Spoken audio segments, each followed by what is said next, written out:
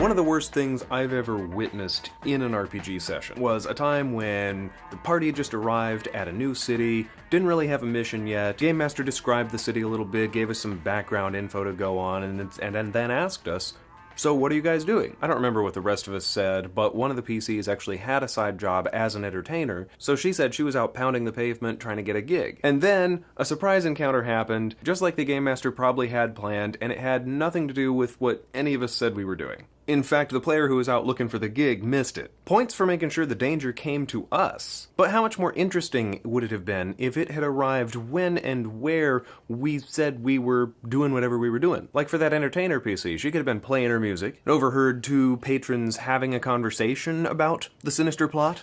Or have some kind of attack happen right there and she just gets away to warn the rest of us? That would have rewarded the player for role-playing. It would have rewarded the fact that there's actually a side career in this PC's character design, and it would have respected the flow of the conversation up to that point. See, everyone at the table had already invested a little bit of time listening to what the other players were up to. To have your next encounter not follow any of those things, that's just like talking out of turn. A role-playing game is a conversation, and just like in any conversation, you want to build on what everyone else has been talking about up to this point. Now, this wasn't a bad Game Master, he just succumbed to some of the fear that I think we all have of losing control of the game. What are you guys doing in this cool new location? That can be an exciting question to ask, but it's also terrifying. If I open the game up for you to do whatever you want, maybe it's going to be hard to incorporate that into what I have prepped. And it was a long time before I realized there's actually a very few things your players will typically do. And that list is comprised of shopping, training, pickpocketing, committing crimes, competing with NPCs, gambling with NPCs, looking for quests, and just straight role-playing, usually in the form of plying their trade, like my friend in the example above, learning about local folklore, or just carousing. That might sound like a lot of things, but if you organize them by how you would work each one back around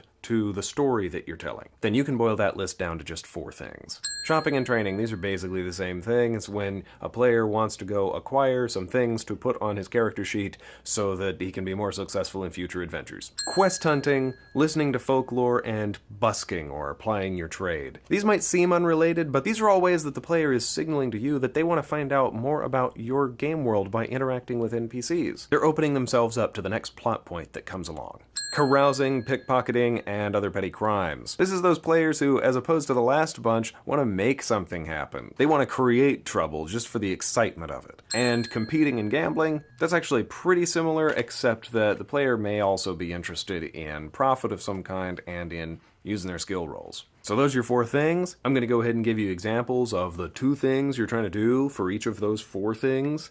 Namely, giving the player what they were looking for and turning the encounter into something that furthers the story that you've got laid out for the night. If a player is looking for shopping and training, that's a pretty low demand request on you. But that gives you an incredible amount of room to work. All you have to do to turn that into a memorable scene is throw a quirky NPC shopkeeper into it. So as you are watching movies, pay attention to which of these characters would be an interesting shopkeeper, what would be an interesting accent you could do, what would be some interesting mannerisms or gimmicks, whether it's that little guy at the beginning of Aladdin, or the monster collector man from Pacific Rim, or Watto. Watto from the N64 pod racing game, not from the movie. And as you're writing your adventure, be thinking about your story in terms of which parts of this are something that the lowly shopkeeper would know about and gossip about to his customers. Which parts of this story is something that might affect his business, or that another customer might be talking about in the shop.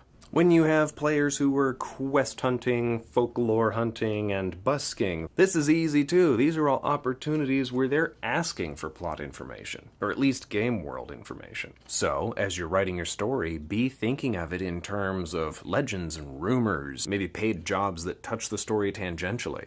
Get your information into bite-sized pieces so that you can plug it in anywhere your players go looking for it, rather than just hitting them with whatever scene you thought of as the scene where they're supposed to find out about it. And for that group of players, that is what they're looking for. For players who want to compete and gamble, these players are looking for an entertaining encounter or a good role play. And story-wise, you can usually leave it at that, because this kind of encounter will usually become a mini story on its own. But there are always spectators, and you're often making some kind of enemy. So as you're planning your story, just be thinking about what plot points could be plugged into one of those NPC groups. And then you got your troublemakers, carousers, pickpocketers, kind of player that is just asking to be spanked. Now, I've written about this before on my blog. It's important to recognize that when a PC is doing something where they're likely to get in trouble, the player wants to get in trouble. Either because that's the way that kind of person draws the spotlight onto themselves, or because they just relish the challenge of getting themselves back out. Don't view it as a disruption of the game flow. View it as that person's contribution to this adventure story, and give them a whooping. So as it's happening at your table, be thinking, what's the most exciting way this could go sour? And as you're planning your story, be thinking about which pieces of information might your PCs find out in jail, or what pieces might be revealed to them by a mob boss who they accidentally crossed and are now in way over their heads,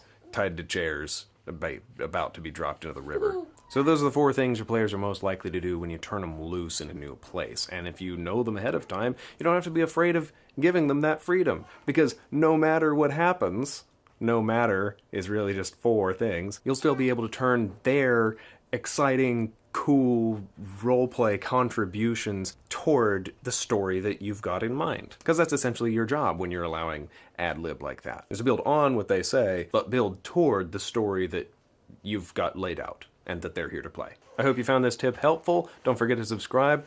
I am GM Genie. I'll see you next time.